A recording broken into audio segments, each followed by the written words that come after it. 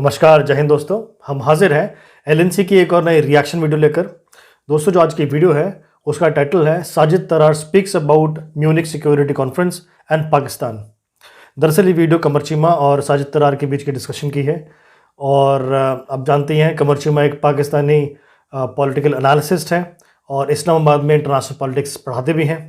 साजिद तरार पाकिस्तानी मूल के एक अमेरिकन रिपब्लिकन हैं और ये मुस्लिम फॉर ट्रंप करके एक एनजीओ भी चलाते हैं।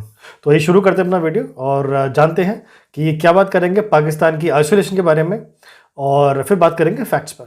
यूरोप के अंदर इस वक्त एक म्यूनिक सिक्योरिटी कॉन्फ्रेंस हुई है जो कि कहा जाता है कि बड़ी पुरानी 1980 1963 की वो जो है वो कॉन्फ्रेंस उस वक्त की चल रही है और उस वक्त से जो है दुनिया यूरोप जो है वो दुनिया का जो सिक्योरिटी लैंडस्केप है उसको विजिट करते हैं और स्टडी करते हैं।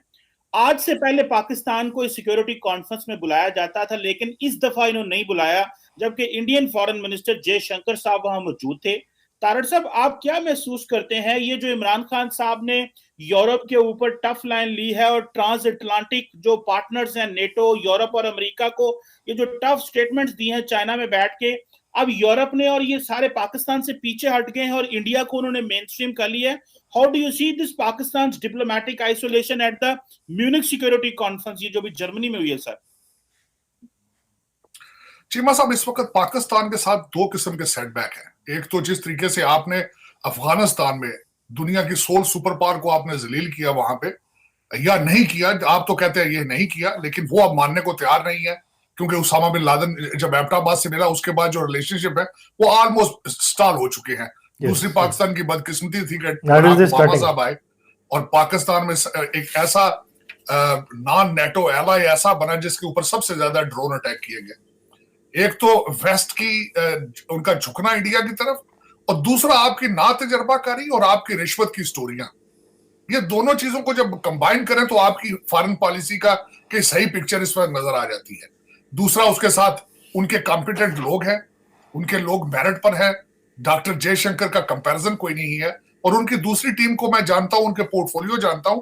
और दूसरा सबसे बड़ी बात यह है कि नेशनलिज्म है उनके अंदर। मैं जो मोदी साहब की जो एक मोदी साहब का आना एक नेशनलिस्ट मूवमेंट का जो पूरी दुनिया में चली थी उसका एक हिस्सा थे और उसमें मेरे ख्याल में वाहिद एक ऐसे लीडर हैं जो कामयाब है अभी तक। दूसरे सारे डोनाल्ड ट्रंप सब गिर चुके हैं, मिकरां खड़े हैं फ्रांस में, लेकिन दूसरे जो उसके साथ पैरेलल है, अरब स्प्रिंग खत्म हो चुकी है लेकिन उसके साथ मोदी साहब अपनी जगह खड़े हैं और उनकी टीम जो है वो प्रूव कर रही है कि दे आर नेशनलिस्ट और अपनी पॉलिसीज में, अपने प्रोपेगेंडा में वो कामयाब है। पाकिस्तान की फॉरेन पॉलिसी की दुश्वारियां, एक तो मैं आपको हमेशा बताता हूं कि उनका लॉबी इन वाशिंगटन डीसी, इंडियन डायस्पोरा, उनकी सलाहियतें तेज होना और दूसरा आपका नॉन सीरियस होना, ना तजर्बाकारी, रिश्वत, करप्शन और उसके बाद आपका जो इश्यूज है कि आप नॉन सीरियस। मेरा मकसद है कि आपने अपने रिलेशनशिप्स को सिर्फ डॉलर की हद तक जो है उसको आपने कंक्लूड कर दिया है कि जहां से पैसे मिल रहे हो वो आप उसी के कैम्प में होते हैं। Yes. अब आपने चाइना के बास्केट में सारे एग्स डाल दिए। चाइना की जिस तरह पहले बात कर रहे थे कि उनकी ट्रेड इतना ग्रो कर चुका है दो मुमालिक का, चाइना और इंडिया के आपस में, कि वो एक दूसरे के लिए एक जरूरत एक दूसरे की बनते जा रहे हैं।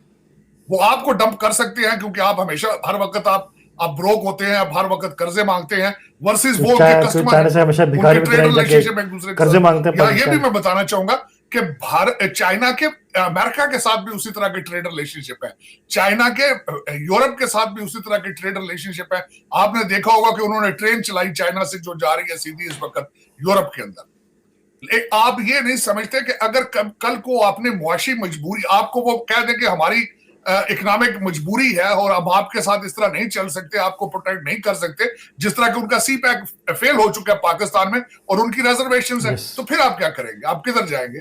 आपने मैं जो मुसलसल आजकल जो पाकिस्तान की फॉरेन पॉलिसी या फैसला करने वाले अपने हर रिमेनिंग ब्रिज को जला रहे हैं वेस्ट और अमेरिका के साथ।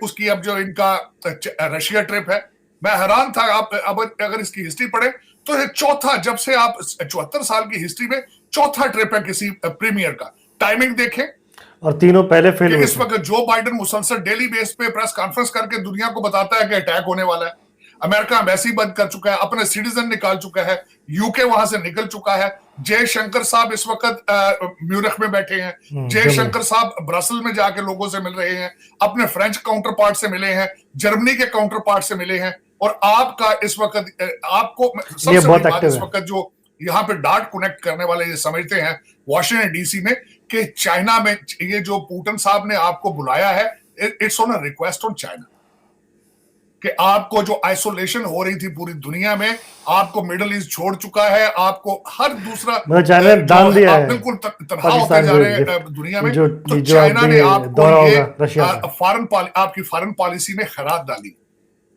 और लेकिन इसमें मैं समझता हूं खैरात क्या डाली थी, बैक स्टैबिंग कर रहे हैं। ये मेरे ख्याल में जो इमरान खान साहब का ये दौरा वेस्ट और अमेरिका के लिए ये एक हाईएस्ट एक ऐसा स्टेप होगा कि this may be the last, कहते हैं ना कि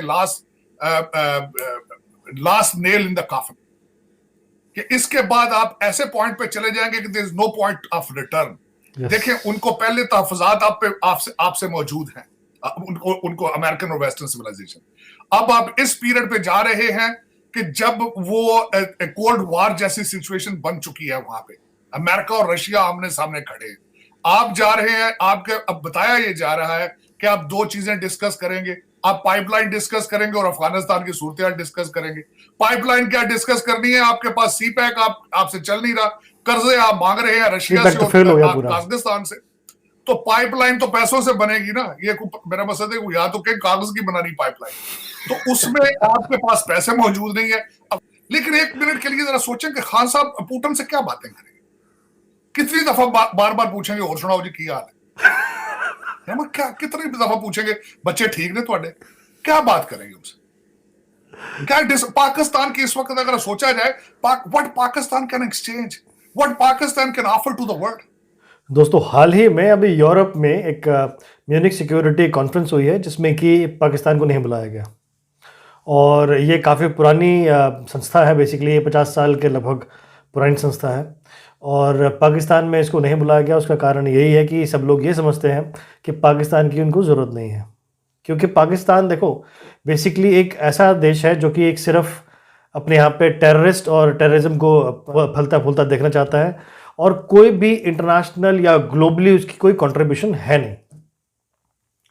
कोई भी ऐसा प्रोडक्ट या कोई भी ऐसी फैसिलिटी वो वर्ल्ड को प्रोवाइड कर नहीं सकता जिससे ह्यूमन काइंड की या वर्ल्ड की किसी भी तरीके से कोई भी बेनिफिट हो। सो यही मेजर कारण है बेसिकली कि पाकिस्तान को इस सिक्योरिटी काउंसिल में बुलाया नहीं गया। और हाल ही में अभी जो पाकिस्तान के पीएम इमरान खान साहब हैं, सिलेक्टेड जो इनके पीएम हैं, वो जा रहे हैं अभी मेरे ख्याल से 23 तारीख को जाएंगे वो रशिया। और जैसे कि साजिद तरार ने इसमें बताया कि ये कोई रशिया ने उनको बुलाया नहीं है, ये चाइना ने एक तरह से उनकी डिप्लोमेसी में भीख डाली है, क्योंकि पाकिस्तान वर्ल्ड में आइसोलेशन का इतना बड़ा शिकार हो गया है कि उसको कोई भी देश अब बुला नहीं रहा है, उसकी डिप्लोमेसी बैकफुट पे चली गई है। और अमेरिका से तो वो खैर एक फ़ोन कॉल की रिक्वायरमेंट रखता है, वो आज तक पूरी हुई नहीं है उसकी। सो चाइना ने ये देखते हुए कि इसको सब लोग आइसोलेट कर रहे हैं, तो उसने रशिया को बोला कि भाई साहब इसको प्लीज़ बुला लो आप, चाहे उसको घर या बच्चों की बात कर लेना आप, लेकिन एक बार प्लीज़ बुला लो उसको आप। अब जैसे कि तरार साहब ने बताया इसमें, साजिद तरार साहब ने, कि आप इमेजिन करो कि पुतिन सामने बैठे हैं और इधर इमरान खान सामने बैठे हैं, तो उनके बीच की बात क्या होगी। इमरान खान क्या ऑफर करेंगे पुतिन को कि हम आपको ये मार्केट देंगे, आप अपना सामान यहाँ बेचें, क्योंकि कोई भी वहाँ पर पाकिस्तान में अगर कोई रशियन सामान जाता भी तो कोई ख़रीद नहीं पाएगा। उनके पहुँच से बाहर तो आजकल रोटी, चावल, चीनी, दाल, ये जो बेसिक एसेंशियल चीज़ें हैं, ये भी अब इनकी पहुँच में नहीं रही जो पाकिस्तान की आवाम है। तो ये रशियन उसकी जो चीज़ें वो कैसे खरीद पाएंगे। तो ना तो मार्केट है पाकिस्तान के पास में, और ना ही उसके पास में पैसा है कि वहाँ से कोई टेक्नोलॉजी खरीद पाए या कोई डील कर पाए। तो उनके बीच में बात क्या होगी? क्या वो सिर्फ अपने बच्चों की बात करेंगे, अपनी शादियों की बात करेंगे, या कितना भीख मांगना है अभी, या कितना भीख उनको और चाहिए पाकिस्तान को कुछ महीने सस्टेन करने के लिए, इसकी बात करेंगे? क्योंकि मुझे तो ऐसा लगता है कि वो बैठते ही सबसे पहले यही बोलेंगे, भाई साहब मेरे पैसे कहा है, मेरे पैसे दो भीख के, मुझे सवाब चाहिए, मुझे पैसे चाहिए। तो मुझे तो लगता नहीं कोई भी कॉन्क्रीट और कोई भी इसमें ऐसा डिस्कशन होगा जिससे कि किसी भी देश को फायदा होगा। ना तो इसमें रशिया को फायदा है और ना ही इसमें पाकिस्तान को फायदा है। ये तो सिर्फ एक फॉर्मेलिटी के लिए पाकिस्तान वहां जा रहा है और वहां पे ABCD गाना गा के वापस आ जाएगा, उसका निकलना कुछ नहीं है, 0 बटा सन्नाटा। हम बार बार ये बोल चुके हैं, बार बार अपनी वीडियो में बात कर चुके हैं कि देखो, पाकिस्तान में ना तो बिजली है, पाकिस्तान में ना कोई रिसोर्सेज है और ना ही पाकिस्तान में स्किल्ड लेबर है जो अपने यहाँ पे कोई ऐसा प्रोडक्ट बनाए वो कि जिससे दुनिया को फायदा हो जाए या वो एक्सपोर्ट कर पाए। तो ये हालत है ही नहीं पाकिस्तान की। पाकिस्तान की तो जो सड़कें हैं, जो बेसिक सी चीज़ें होती है, बहुत बेसिक यूटिलिटी है सड़कें, वो भी बाहर के लोग चाइना, कोरिया के यहाँ पे बनाते हैं। पाकिस्तान के पास इतनी टेक्नोलॉजी नहीं है कि वो अपनी खुद की सड़कें भी बना पाए। एक ले दे के सिर्फ वो सॉकर यानी कि फुटबॉल बनाता है दुनिया का और उसको बेचता है, और वही उसका एक एक्सपोर्ट है मेन। जो उसका हैंडलूम का जो काम था, जो उसके हैंडीक्राफ्ट से उसके, ये पहले काफ़ी किसी ज़माने में बहुत चलते हैं, लेकिन आज की डेट में कोई इनको पूछता नहीं है। नमक, एक जो हिमालयन सॉल्ट होता है, वो पाकिस्तान में काफ़ी होता है, ठीक है। अब उसको भी कोई नहीं पूछता वहाँ पे, वर्ल्ड में कोई नहीं लेना चाहता उसका, हालांकि सबसे अच्छी क्वालिटी का नमक पाकिस्तान में होता है। तो ऐसी कुछ चीज़ें हैं जो पाकिस्तान के पहले एक्सपोर्ट करता था और अब वो बिल्कुल ज़ीरो हो चुकी है। कोई भी इंडस्ट्री बूम नहीं कर रही है, सारी इंडस्ट्री पिटी हुई है। और यहाँ तक कि अभी जो मैंने सुना है कि वहाँ पे जो मीडिया है, मीडिया के लोगों को धमकी दी जा रही है, PTI के लोग जाके वहाँ पे छापे मारते हैं और लोगों को ऑन द स्पॉट बेइज्जती करते हैं उनकी और पकड़ के जेलों में बंद कर देते हैं। ये तो हाल हो गया है कि आप अगर इमरान खान के अगेंस्ट बोलोगे मीडिया में तो आपको पकड़ के बंद कर देंगे। एक तरह से ये पूरे देश को नज़रबंदी कर दिया है। पाकिस्तान के दिन पर दिन इतने बदतर हर वक्त उसके ऐसे हालात हो गए हैं कि पाकिस्तान में बच्चे तो बच्चे, कोई और वहाँ पे कोई सेफ नहीं है। पाकिस्तान एक ऐसा टोटल फेल स्टेट है जहाँ पे ना तो इकोनॉमी किसी तरह से बूम कर सकती है। आने वाले करीब कुछ टाइम में तो फेल ही हो जाएगा पूरा पाकिस्तान, क्योंकि इतना ज़्यादा कर्जा हो गया इसके ऊपर में। और आज जो जा भी रहे हैं इमरान खान, 23 तारीख को जाएंगे ये रशिया, तो वहाँ से जाके सिर्फ भीख ही मांग पाएंगे वहाँ से, और तो कोई उनके पास में कुछ ऑफर करने के लिए है नहीं। और रही बात पाकिस्तान का जो बराबरी करने का एक सपना है हिंदुस्तान के साथ में, सो ये सपना ही रह जाएगा, क्योंकि पाकिस्तान देखो, उसने अपने ऊपर इतना खुद अपना बर्डन पा लिया है आर्मी के रूप में कि वो उसको मेंटेन करना खुद बड़ा मुश्किल हो रहा है। ऊपर से वो बड़े बड़े हवाई जहाज लेना चाहता है, S-400 लेना चाहता है, पर वो लेगा कहाँ से? भारत सिर्फ अपने जो क्योंकि उसका भारत का क्षेत्रफल बहुत बड़ा है, भारत की जो ज्योग्राफी बहुत बड़ी है, उसके बॉर्डर्स बहुत बड़े हैं, तो उनको सिक्योर करने के लिए तो बेसिक रिक्वायरमेंट है इंडिया की। अब वो अपनी बेसिक रिक्वायरमेंट पूरी करता है इंडिया ऐसे इक्विपमेंट खरीद के, और इसका कंपटीशन पाकिस्तान अपने ऊपर सोचता है कि हमें कंपटीशन के लिए ये बोल रहे हैं, और वो उसके एवज में और नए ऐसे इक्विपमेंट खरीदने की कोशिश करता है जो कि उसके लिए सेल्फ डिस्ट्रक्शन का काम करते हैं, क्योंकि पैसा तो है नहीं उनके पास में। अब जो और एसेट्स उनके पास में जो इदारे हैं, वो इन बड़ी बड़ी टेक्नोलॉजी जब लेते हैं, वो ऐसे बड़े बड़े वेपन्स लेते हैं, उनके एवज में उनको गिरवी रखने पड़ते हैं। इसमें पिसती है आम आवाम, और ये आम आवाम की जो पहुंच है नॉर्मल एसेंशियल्स की, वो भी उसके हाथ से दूर होती जा रही है। सो कुल मिलाकर पाकिस्तान एक फेल्ड स्टेट हो गया है, और आने वाले कुछ टाइम में, अभी 1.5 साल करीब बचा है इमरान खान का, उस 1.5 साल में जो पिछले 70 साल में नहीं हुआ, बर्बाद नहीं हुआ पाकिस्तान, उतना अपने ये पिछले 5 साल में, मतलब 3.5 साल प्लस 1.5 साल और आगे, पूरा बर्बाद आराम से करके जाएंगे इमरान खान, और जाके किसी यूरोप के देश में या US में जाके बैठ जाएंगे। पूरा ब्लूप्रिंट है इमरान खान के पास में कि किस तरह पाकिस्तान को बर्बाद किया जाए, किस तरह बार बार इस्लामोफोबिया का चूरन खिलाया जाए आम आवाम को, किस तरह चूरन खिलाया जाए कश्मीर का, किस तरह चूरन खिलाया जाए CPAC का। हालांकि ये सारे मंसूबे फेल हैं।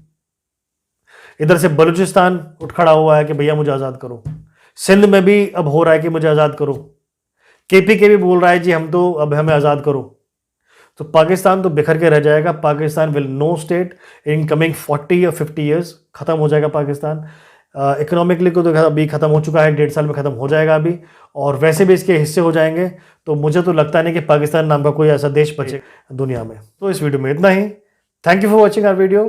जय हिंद, जय भारत।